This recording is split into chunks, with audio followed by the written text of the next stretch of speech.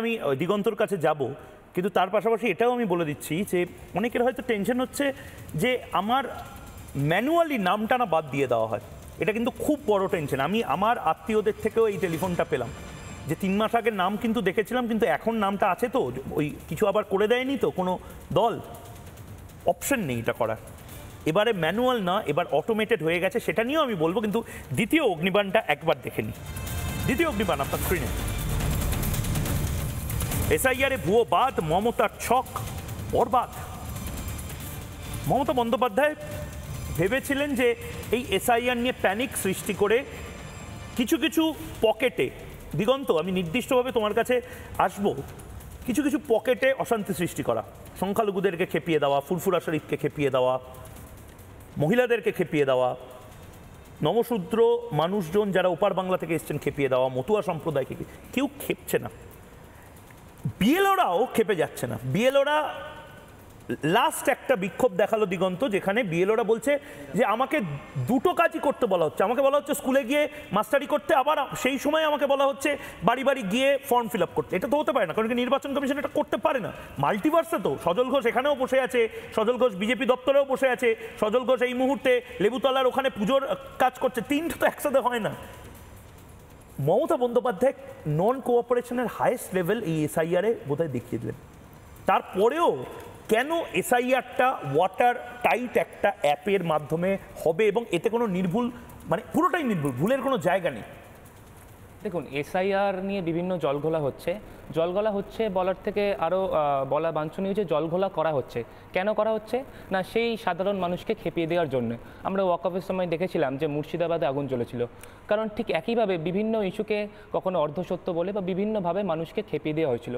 দেখুন, ভারতবর্ষ গণতান্ত্রিক দেশ, আর এই গণতান্ত্রিক দেশে সবথেকে বড় পরীক্ষা হচ্ছে যখন বিভিন্ন ভোট আসে, সেটা বিধানসভা হোক এবং লোকসভা হোক। তাই এই ভোটের যারা নির্ণায়ক শক্তি অর্থাৎ মানুষ, অর্থাৎ সেক্ষেত্রে আর্টিকেল আমাদের সংবিধানে 324 নম্বর ধারা অনুযায়ী যে নির্বাচন কমিশন রয়েছে, নির্বাচন কমিশনের কাজ কি, যাতে একটাও বৈধ ভোটার সেই ভোট দেওয়ার অধিকার থেকে বঞ্চিত না হন এবং অভারতীয় যারা রয়েছেন তারা যাতে ভোট দিতে না পারেন, অর্থাৎ সুষ্ঠুভাবে ভোট দেওয়া। আর এসআইআর যেটা রিপ্রেজেন্টেশন অফ পিপল অ্যাক্ট 1950 21 নম্বর ধারাতে রয়েছে, সেই এসআইআর কাজ কি, যাতে প্রত্যেকটা নির্বাচনের আগে সঠিকভাবে সেই নির্বাচক যারা করবেন অর্থাৎ মানুষের যে লিস্ট, যারা ভোটারদের লিস্ট, সেই লিস্টে যাতে ঠিকভাবে করা হয়। তাই এই লিস্টের মধ্যে যে কথাটা বারবার বলা হচ্ছে যে নাগরিকত্ব চলে যাবে, তাই স্পষ্টভাবে বলে দিতে চাই এসআইআর অর্থাৎ নির্বাচন কমিশন কিন্তু নাগরিকত্ব কেড়ে নেওয়ার কেউ নয়। নির্বাচন কমিশনের একমাত্র কাজ যারা ভোট দেবেন, এটাই অ্যাকচুয়ালি গোটা বাংলার মানুষকে বোঝানো যে আজকে যদি ভোটার লিস্টের নাম নাও থাকে, নির্বাচন কমিশন কাউকে সিটিজেনশিপ বাদ দেওয়ার কেউ নয়। আর একটা খুব এবং এটা সংবিধান বলেছে। আইরনিক কথা সৌরভদা বললেন যে গণতান্ত্রিক আগুন, খুব একটা আইরনিক কথা যে গণতান্ত্রিক আগুনটা মুর্শিদাবাদের আগুনটা হয়তো গণতান্ত্রিক আগুন ছিল কিনা জানি না, কিন্তু এর আগে আমরা দেখেছি এনআরসি হোক বা এসআইআর, যেটার সাথে নাগরিকত্ব কেড়ে নেওয়ার কোনো সম্পর্ক নেই। আমি আবারও স্পষ্টভাবে বলছি, সিএ বা এসআইআর যেটার সাথে নাগরিকত্ব কেড়ে নেওয়ার কোনো সম্পর্ক নেই, সেটাকে বারবার অর্ধসত্য বলে বা মিথ্যা বলে মানুষকে খেপিয়ে দেওয়ার যে চক্রান্ত করা হচ্ছে। এবং এক্ষেত্রে আমি কয়েকটা নিউজ রিপোর্টিং পড়ছিলাম যে আপনি যেটা বলছিলেন যারা বিএলও হবেন তাদের মূলত দুটো বিক্ষোভ রয়েছে। একটা হচ্ছে আপনি যেটা বললেন যে একই সাথে কাজ করানো, এটা একটা খুব স্বাভাবিক ব্যাপার। একই ব্যক্তিকে যদি একসাথে দুটো কাজ করতে হয়, সেটা তার ব্যক্তিগতভাবেও খুব সমস্যার সৃষ্টি হয়। আর একটা হচ্ছে নিরাপত্তা। এই নিরাপত্তার অভাব ভোগ করাটা কি খুব সাধারণ নয়? আমি একটি আলাদা কনটেক্সটে বলছি যে গতকাল দমদমে 7ম শ্রেণীর একটি নাবালিকা ধর্ষণ হয়েছে। তাই যে সমস্ত মহিলা প্রাথমিক শিক্ষিকারা বিএলও হয়েছেন, তাদের যদি রাতের বেলা সন্ধ্যার দিকেই কাজ করতে বলা হয়, তারা যদি নিরাপত্তার অভাব ভোগ করে, সেটার জন্য কিন্তু রাজ্য সরকারই দায়ী, কারণ রাজ্য প্রশাসন তাদের নিরাপত্তা দিতে পারছেন না।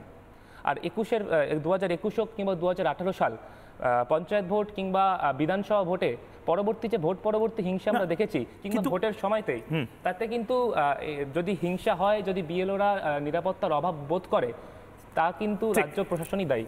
ঠিক। আমি নানা ধরনের কন্টেন্ট দেখার জন্য লাইক করুন, শেয়ার করুন আমাদের ফেসবুক পেজ, সাবস্ক্রাইব করুন আমাদের ইউটিউব চ্যানেল। পাশাপাশি অন্যান্য ব্রেকিং নিউজের জন্য অবশ্যই চোখ রাখুন রিপাবলিক বাংলায়।